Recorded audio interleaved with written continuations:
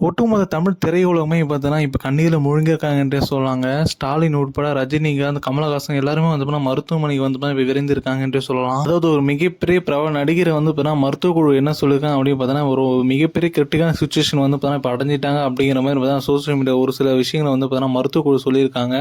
அதாவது இந்த சம்பவமானது எப்படி ஏற்பட்டிருக்கும் வந்து பார்த்தீங்கன்னா, அதாவது பார்த்தீங்கன்னா, சில மாதங்களுக்கு முன்பு வந்து பார்த்தீங்கன்னா, மாரிமுத்து இவரோட இறப்பு வந்து பார்த்தீங்கன்னா, டப்பிங் மூலியமா வந்து பார்த்தீங்கன்னா, மாரடைப்பு ஏற்பட்டது. அதாவது பார்த்தீங்கன்னா, இவர் வந்து பார்த்தீங்கன்னா, தொடர்ந்து வந்து பார்த்தீங்கன்னா 8 மணி நேரம் கிட்ட டப்பிங் பண்ணுவாராம், டப்பிங் ஸ்டுடியோல.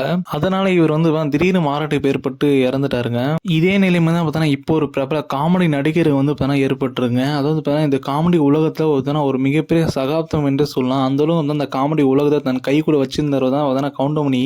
அதாவது இப்ப சமீபத்துல வந்து பார்த்தீங்கன்னா, ஒரு படம் பண்ணியிருக்காரு. இந்த படத்துல வந்து பார்த்தீங்கன்னா, ஒரு மிகப்பெரிய லெவல்ல வந்து பார்த்தீங்கன்னா, டப்பிங் பண்ணியிருக்காரு என்றே சொல்லலாம். அதாவது 84 வயதுல வந்து பார்த்தீங்கன்னா, இந்த அளவுக்கு வந்து பார்த்தீங்கன்னா, தொடர்ச்சியா வந்து பார்த்தீங்கன்னா, டப்பிங் பண்ணிட்டு இருக்காரு. அதாவது கவுண்டமணி இவரோட வந்து பார்த்தீங்கன்னா, தீவிர ரசிகரா இருந்தா உங்களுக்கே தெரியும். இவரோட கழுத்துல வந்து பார்த்தீங்கன்னா, ஒரு செயின் மாதிரி வந்து போட்டுருப்பாரு எப்பயுமே. இது வந்து பார்த்தீங்கன்னா, எப்பயுமே அவர் கழட்ட மாட்டாரு. அந்த செயினே வந்து பார்த்தீங்கன்னா, கழட்ட அளவுக்கு வந்து பார்த்தீங்கன்னா, மருத்துவ குழு வந்து சொல்லியிருக்காங்க. இந்த செயினை வந்து பார்த்தீங்கன்னா, நீங்க கழட்டி ஆகணும் அப்படிங்கிற மாதிரி.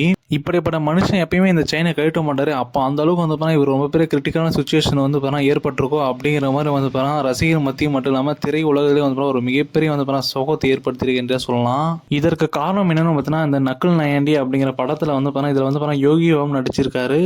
இந்த நடிக்கும் போது பார்த்தீங்கன்னா, இந்த திரைப்படத்தில் வந்து பார்த்தீங்கன்னா கிட்டத்தட்ட வந்து பார்த்தீங்கன்னா ஒரு 6 மணி நேரம் கிட்ட தொடர்ச்சியாக வந்து பார்த்தீங்கன்னா டப்பிங் பண்ணியிருந்திருக்காரு. இந்த தொடர்ச்சியான டப்பிங்கால வந்து பார்த்தீங்கன்னா இவர் உடலில் வந்து பார்த்தீங்கன்னா ஒரு சில வந்து பார்த்தீங்கன்னா கோளாறுகள் வந்து பார்த்தீங்கன்னா ஏற்பட்டிருக்கு. அதாவது பார்த்தீங்கன்னா 84 வயதுங்க. இப்போ வந்து பார்த்தீங்கன்னா இந்த மாதிரி தொடர்ச்சியாக பண்ணதால வந்து பார்த்தீங்கன்னா இவருக்கு ஒரு மிகப்பெரிய லெவலில் வந்து பார்த்தீங்கன்னா மாரடைப்பு ஏற்பட்டிருக்கு. இந்த நிலையில் இவரை வந்து பார்த்தீங்கன்னா மருத்துவமனை கொண்டு சென்று உள்ளாங்க அப்படின்னும், இதனால வந்து பார்த்தீங்கன்னா ஒட்டுமொத்த திரையுலகில் வந்து பார்த்தீங்கன்னா ஒரு சில பிரபலங்கள் வந்து பார்த்தீங்கன்னா இவரை பார்க்க வந்து பார்த்தீங்கன்னா விருந்திருக்காங்க அப்படிங்கிற செய்தி வந்து பார்த்தீங்கன்னா இணையதளங்களில் வைரலாக பேசப்பட்டு வருது. இப்படி இருக்க நிலையில வந்து நம்ம கவுண்டமணி வந்து பார்த்தீங்கன்னா ஒரு செயினை வந்து கழுத்துல போட்டுருப்பாருங்க. அதாவது பார்த்தீங்கன்னா முன்பு காலத்துல வந்து பார்த்தீங்கன்னா இவர் நடிக்கும்போது பார்த்தீங்கன்னா இவருக்கு வந்து பார்த்தீங்கன்னா திரையில வாய்ப்பானது மிக குறைவாக தான் இருந்தது. ஆனால் அந்த நேரத்துலையும் வந்து பார்த்தீங்கன்னா இவருக்கு வந்து பார்த்தீங்கன்னா ஒரு மிகப்பெரிய லெவலில் வந்து பார்த்தீங்கன்னா வாய்ப்பானது கிடைச்சிது. அதாவது 1964 வந்து சர்வ சுந்தரம், அதாவது பார்த்தீங்கன்னா நாகேஷ் அவரோட படத்தில் வந்து பார்த்தீங்கன்னா இவருக்கு வாய்ப்பு கிடைச்சிது.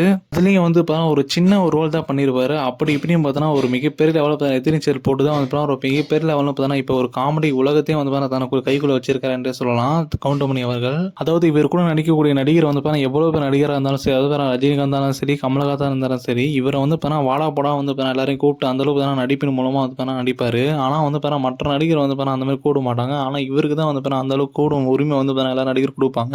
இந்த நிலையில வந்து பார்த்தீங்கன்னா இவருடைய முதல் சம்பளத்துல தான் வந்து பார்த்தீங்கன்னா ஒரு கழுத்துல போட்டு செயினை வந்து வாங்கியிருக்காரு. இது வந்து பார்த்தீங்கன்னா எப்பயுமே நம்ம நினைவா இருக்கணும். இது வந்துட்டு எப்பயுமே நம்ம நினைவு விட்டு போயிடக்கூட சொல்லி தான் அந்த செயினை வந்து பார்த்தீங்கன்னா இப்போ வரைக்கும் கழட்டாம வந்திருக்காரு.